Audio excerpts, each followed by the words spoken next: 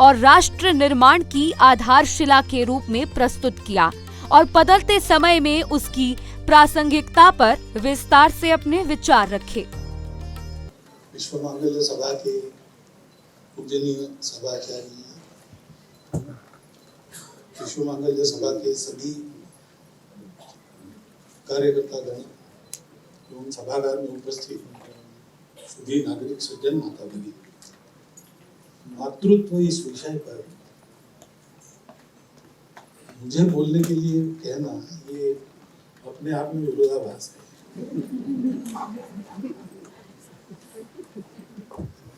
जो एक तरह से एकाधिकार महिलाओं का है, उसके बारे में पुरुष ने बोलना ये ठीक नहीं है।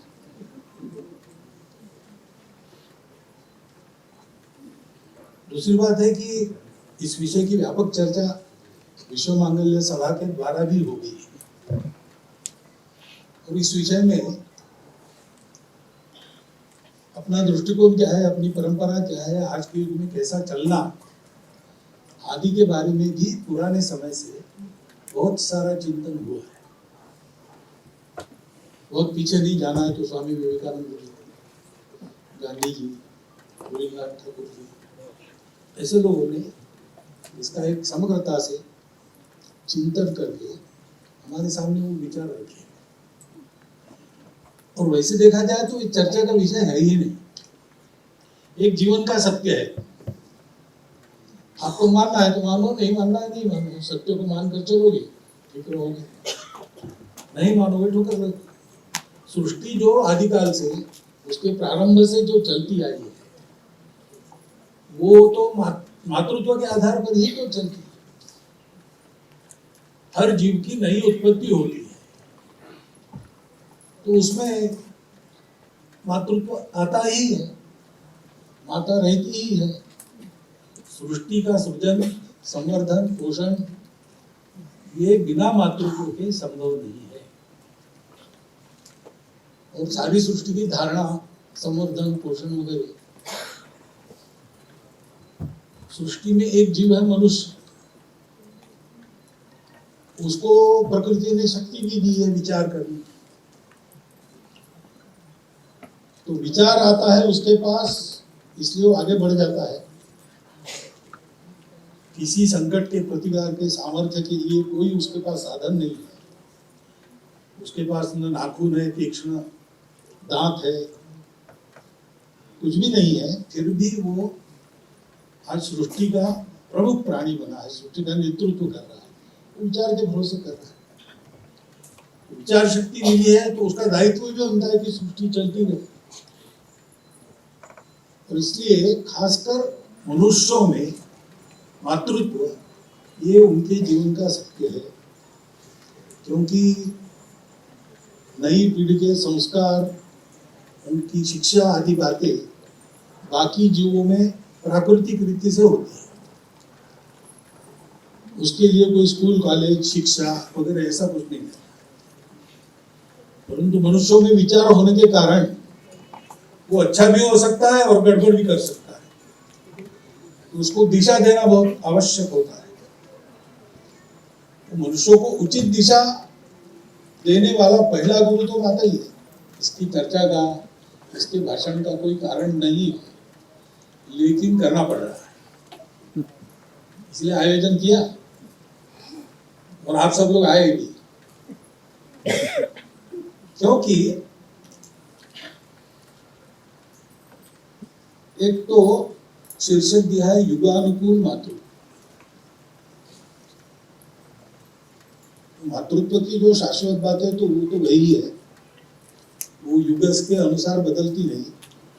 उन बातों के कारण युग में परिवर्तन करने वाले लोग उत्पन्न होते हैं, ये भी आपने सुना प्रस्ताव में। परंतु कुछ परिस्थितियां ऐसी आ गई, युगानुकूल होना मातृत्व का ये भी चर्चा का विषय नहीं रहता है, वो अपने आप होता है। मनुष्य समय के अनुसार अपनी सब बातों को बदल देता है।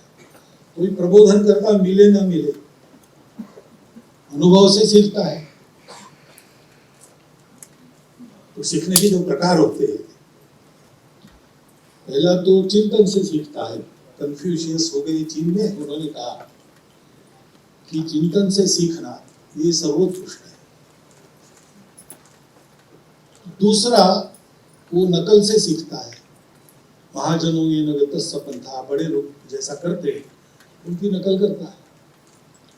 वो सबसे आसान तरीका है, ये उन्होंने कहा। और ये नहीं रहे दोनों, तो वो अपने अनुभव से सीखता है। वो सबसे कड़वाहट भरा तरीका है, बहुत झेलना पड़ता है, लेकिन सीखता तो है। तो मनुष्य जिस बात का निरंतर अनुभव लेते आ रहा है, उसकी समय के अनुसार उसके रूप की, उसके ऊपरी बातों की युगानुकूलता एक होने वाली सहज प्रक्रिया है। उसको चर्चा वर्चा की आवश्यकता नहीं रहती, लेकिन फिर भी हम कर रहे हैं। उसकी पृष्ठभूमि क्या है? तो अगर क्रम से कहा जाए क्या होगा, तो हम लोग अपने आप को भूल गए। हमारा एक विशिष्ट समाज है, विशिष्ट देश है, उसकी एक विशिष्ट परंपरा है, सारे देश में सबसे अनोखी है, और जीवन का सबसे दीर्घ अनुभव रखने वाला हमारा देश है। उस दीर्घ अनुभव के कारण क्या करना, क्या नहीं करना, कैसे करना, किधर जाना, किधर नहीं जाना, इसका एक विवेक हमारे पास जो था, उसका हमको विस्मरण होने लगा। ऐसा विस्मरण कैसे होने लगा? तो इसके उदाहरण को हमारे साहित्य में महाभारत काल से मिलते हैं। अपने उद्बोधन में पूजनीय डॉक्टर मोहन भागवत ने युगानुकूल मातृत्व की अवधारणा को विस्तार से समझाया। उन्होंने कहा कि समय के साथ परिस्थितियां बदलती हैं, चुनौतियां बदलती हैं और जीवन शैली भी बदलती है, लेकिन मातृत्व का मूल भाव कभी नहीं बदलता। उनके अनुसार युगानुकूल मातृत्व का अर्थ है बदलते समय की आवश्यकताओं को समझते हुए आने वाली पीढ़ी को ऐसे संस्कार देना जिससे वे सक्षम, संवेदनशील और उत्तरदायी नागरिक बन सकें। उन्होंने कहा कि केवल शिक्षा या सुविधाएं ही पर्याप्त नहीं है, बल्कि जीवन मूल्यों और सही दृष्टि का निर्माण भी उतना ही आवश्यक है, जिसकी शुरुआत परिवार और विशेष रूप से मातृत्व से होती है। तो कॉन्शियसनेस का अनुभव लेने की बात हमारे यहाँ तो कितने युगों पहले सत्युग से है, और उसके आधार पर हम सारी दुनिया का विचार करते हैं। हमको पहले से पता है कि पूरी दुनिया का कॉन्शियसनेस एक है। इसलिए आत्मा को जानो तो सब जान लोगे। आत्मा को जानना परम लक्ष्य है, और इसलिए संयम और त्याग ये हमारे जीवन का तरीका है। हम अकेले हैं, हम अपनी मनमानी करेंगे, हम शक्ति कमाएंगे, शक्ति के आधार पर सबके मालिक बनेंगे। ये नहीं हो सकता, क्योंकि हम मालिक नहीं है। हम जो सब है उसके अंग है। ये इसके तरफ आज विज्ञान इंगित करने लगा है, वो युगों युगों से परंपरा से हमारे पास है। उसके आधार पर हमारे परंपराओं की जीवन की रचना। तो अगर उसको हम समझ लेते हैं तो इस भ्रम में पड़ने का कोई कारण होगा नहीं। और अब इतनी सारी बातें आ रही, नई टेक्नोलॉजी आ रही, ये आ रहा है, वो आ रहा है, उससे भी डरने की आवश्यकता नहीं रहेगी। हम टेक्नोलॉजी को अंगीकार करेंगे, हम उसके स्वामी बनेंगे, उसका उपयोग मानव हित में करेंगे, और मातृत्व क्या, ऐसे सब बातों की एक युगानुकूल अभिव्यक्ति अपने जीवन से हम तैयार करेंगे। ये हमारा सामर्थ्य है, उस तत्वज्ञान का सामर्थ्य, उसको समझने की, उस पर चलने की आवश्यकता। तो दुनिया सब तरफ जाके आई, लेकिन ध्यान में आया कि हम एक चक्रव्यूह में फंस गए हैं, नया रास्ता चाहिए, और वो हमारे पास नहीं है। तो दुनिया भारत का नाम लिख दिया, तो वहां से देखना पड़ेगा, वहां से समझना पड़ेगा। और हमारी स्थिति ये है कि इस उनके निर्माण किए हुए भ्रम में हम स्वतंत्रता के बाद भी इतने वर्षों घूम रहे हैं। इसलिए ये चर्चा हमको करनी पड़ती है। तो चर्चा क्या करें? तो हम शुरू करें कि अपनी दृष्टि क्या है। तो अपनी दृष्टि ये है कि जैसा मैंने कहा, वैज्ञानिक भाषा में कॉन्शियसनेस कहो, आध्यात्मिक भाषा में ब्रह्म को, शून्य को, अस्तित्व के मूल में एकता है। और एकता जब विविधता में व्यक्त होना चाहती है तो सृष्टि बनती है। वो ऊपर से दिखती अलग अलग है, लेकिन अंदर से वो एक है। उसका अलग अलग होना, ये भ्रम कुछ दिन चलता है, उसमें से जाना पड़ता है। क्योंकि अनुभव करके ये भ्रम है, ये समझना पड़ता है। अनुभव करने के लिए शरीर धारण करना पड़ता है, तो शरीर भी एक भ्रम हो जाता है। तो उसको चलाना तो है, जब तक ये ज्ञान प्राप्त नहीं करते, वो परम लक्ष्य है। तो इसलिए विविधता है, उसमें से जाना पड़ेगा, उसको स्वीकार करना। अपने उद्बोधन में डॉक्टर मोहन भागवत ने परिवार में मां की भूमिका को केवल पालन पोषण तक सीमित नहीं माना। उन्होंने कहा कि एक मां बच्चे के व्यक्तित्व, सोच और जीवन मूल्यों की पहली और सबसे प्रभावशाली शिक्षक होती है। बच्चे अपने आसपास के वातावरण और व्यवहार से सबसे अधिक सीखते हैं। इसीलिए मातृत्व का भाव केवल स्नेह देने तक सीमित नहीं है, बल्कि सही आचरण, अनुशासन और संस्कारों के माध्यम से भावी पीढ़ी का निर्माण करने का दायित्व भी है। उन्होंने कहा कि परिवार में यदि मातृत्व का ये भाव सशक्त रहेगा तो उसका सकारात्मक प्रभाव पूरे समाज और राष्ट्र के चरित्र निर्माण में भी दिखाई देगा। ये पुरुष और महिलाओं की बायोलॉजिकल नेसेसिटीज का प्रावधान नहीं है। कुटुंब की योजना से समाज की धारणा करने के लिए तैयार किया हुआ उपकरण है। तो उसमें स्वाभाविक है कि सुख की व्यवस्था हो जाती है। महिला से पुरुष को जो चाहिए, पुरुष को महिला से जो चाहिए, उसकी व्यवस्था हो जाती है। वो व्यवस्था अच्छे काम में लगती है, समाज के निर्माण के काम में लगती है। लेकिन कोई कहेगा कि वो सुख तो मुझे चाहिए, लेकिन उसके साथ आने वाला दायित्व तो मुझे नहीं चाहिए, कोई कैसे रहेगा? ये गैर जिम्मेवाराना व्यवहार है। लेकिन ये गैर जिम्मेवाराना व्यवहार है, ये समझ में आने के लिए ये जो दृष्टि है, उस दृष्टि को ध्यान में लेना। उस दृष्टि को हर घर में नई पीढ़ी को बताना, ये हो नहीं रहा है, पहले होता था। वो होना चाहिए। सारे जो संकट है कि ये जो प्रवाह संस्कारों का चलता था, उससे दृष्टि मिलती थी, उससे आचरण का एक शील मिलता था, विधि निषेध मिलते थे, विवेक मिलता था, वो आगे जाना बंद हो गया। इसलिए फिर समस्या बन गई, क्योंकि परिस्थिति तो बदलती है और परिस्थिति के अनुसार कुछ बातें बदलनी ही पड़ती है, कुछ बातें किसी भी हालत में नहीं बदलनी है।